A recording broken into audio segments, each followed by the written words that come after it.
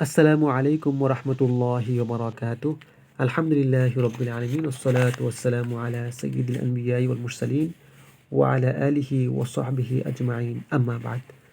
বিসমিল্লাহির রহমানির রহিম। পশু পাখির প্রতিও আমাদের নবীজির অনেক দয়া মায়া ছিল। উম্মতকে তিনি বলেছেন, যারা পশু পাখির প্রতি দয়া করে না, আল্লাহও তাদের প্রতি দয়া করেন না। নবীজি একবার সফরে ছিলেন। কাফেলা একটি ঝোপঝাড়ের পাশে বিশ্রামের জন্য থামল।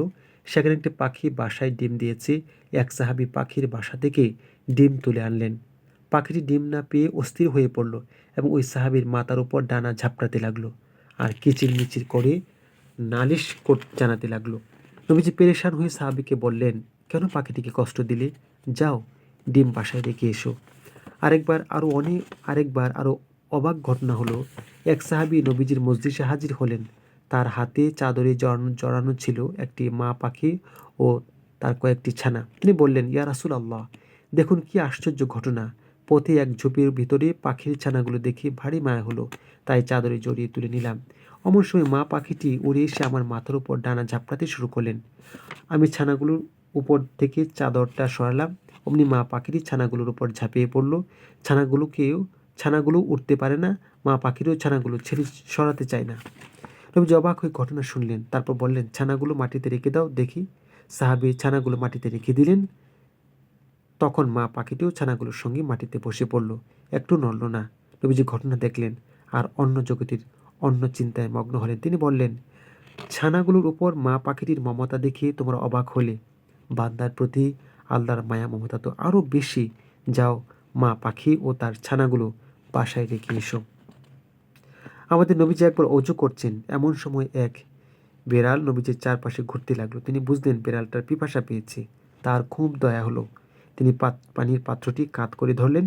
পিপাসার্ত বেড়াল কৃতজ্ঞতার দৃষ্টিতে নবীজির দিকে তাকালো। তারপর কাঁধ করা পাত্র থেকে পানি পান করে মিউ মিউ করে চলে গেল। ছোট একটি ঘটনা, কিন্তু পশুর প্রতি মানবের দয়া ও মায়া, আদর মমতার কি বিরাট নমুনা। সিরাতের এই ছোট্ট ঘটনার বিরাট নমুনা অনুসরণ করে আমরা যদি পশু পাখি ও প্রাণীর প্রতি দয়ার আচরণ করতে পারি, তাহলে কত সুন্দর হতে পারে আমরা, কত সুন্দর হতে পারে আমাদের চরিত্র। এক উট নবীজির কাছে নালিশ করেছিল তার মালিকের নামে। এবার শুনো সেই ঘটনা। নবীজি এক আনসারী সাহাবীর বাগানে গেলেন। সেখানে একটি উট বাঁধা ছিল। নবীজিকে দেখে উটটি বিড়বিড় করে কি যেন বলছে। নবীজিকে দেখে উটটি বিড়বিড় করে কি যেন বলতে লাগলো আর চোখ থেকে পানি ঝরতে লাগলো। উটের কথা তো কেউ বুঝলো না, কিন্তু তার চোখের পানি দেখে সবাই অবাক হলো আর বুঝলো উটটি নিশ্চয়ই কষ্টের কথা বলছে। নবীজি কাছে গিয়ে উটের মাথায় আদর করে হাত বুলিয়ে দিলেন। দয়ার নবীর আদর পেয়ে উট শান্ত হলো। নবীজি জানতে চাইলেন উটের মালিককে। এক আনসারী সাহাবী হাজির হলেন, ইয়া রাসূলুল্লাহ, আমি এই উটের মালিক। নবীজি তাকে তিরস্কার করে বললেন, আল্লাহ তোমাকে এই বুবা জানোয়ারের মালিক বানিয়েছেন। তোমার মনে কি আল্লাহর ভয় নেই? এই উট আমার কাছে নালিশ করছে যে তুমি একে ঠিকমতো খেতে দাও না আর বেশি বেশি কষ্টে কাজ করাও। আহা, কেমন দয়ার নবী আমাদের!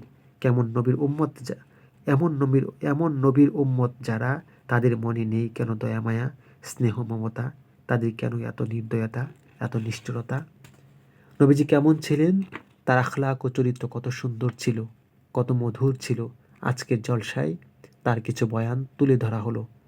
আশা করি তোমাদের অনেক ভালো লেগেছে এবং তোমাদের অন্তরেও আশা আকাঙ্ক্ষা জাগ্রত হয়েছে নবীর আখলাক ও চরিত্র অনুসরণ করার, যাতে তোমাদের জীবন হয় সুন্দর ও সুবাসিত। সামান্য সময়ের একটি জলসায় বা ছোট্ট একটি কিতাবের কয়েক পাতায় আখলাকে নবীর পূর্ণ বয়ান কীভাবে আসতে পারে? আরও কত ঘটনা, কত কাহিনী আছে বলার। তো আল্লাহ যদি তৌফিক দান করেন, আগামী জলসায় নবীজির আখলাক ও চরিত্রের সৌন্দর্য সম্পর্কে আরও কিছু বয়ান তুলে ধরার নিয়ত আছি। আচ্ছা, বিদায়। আল্লাহ চাহে তো দেখা হবে আগামী জলসায়। তোমরা ভালো থেকো, সুস্থ থাকো। আল্লাহ তোমাদের ভালো রাখুন, সুস্থ রাখুন।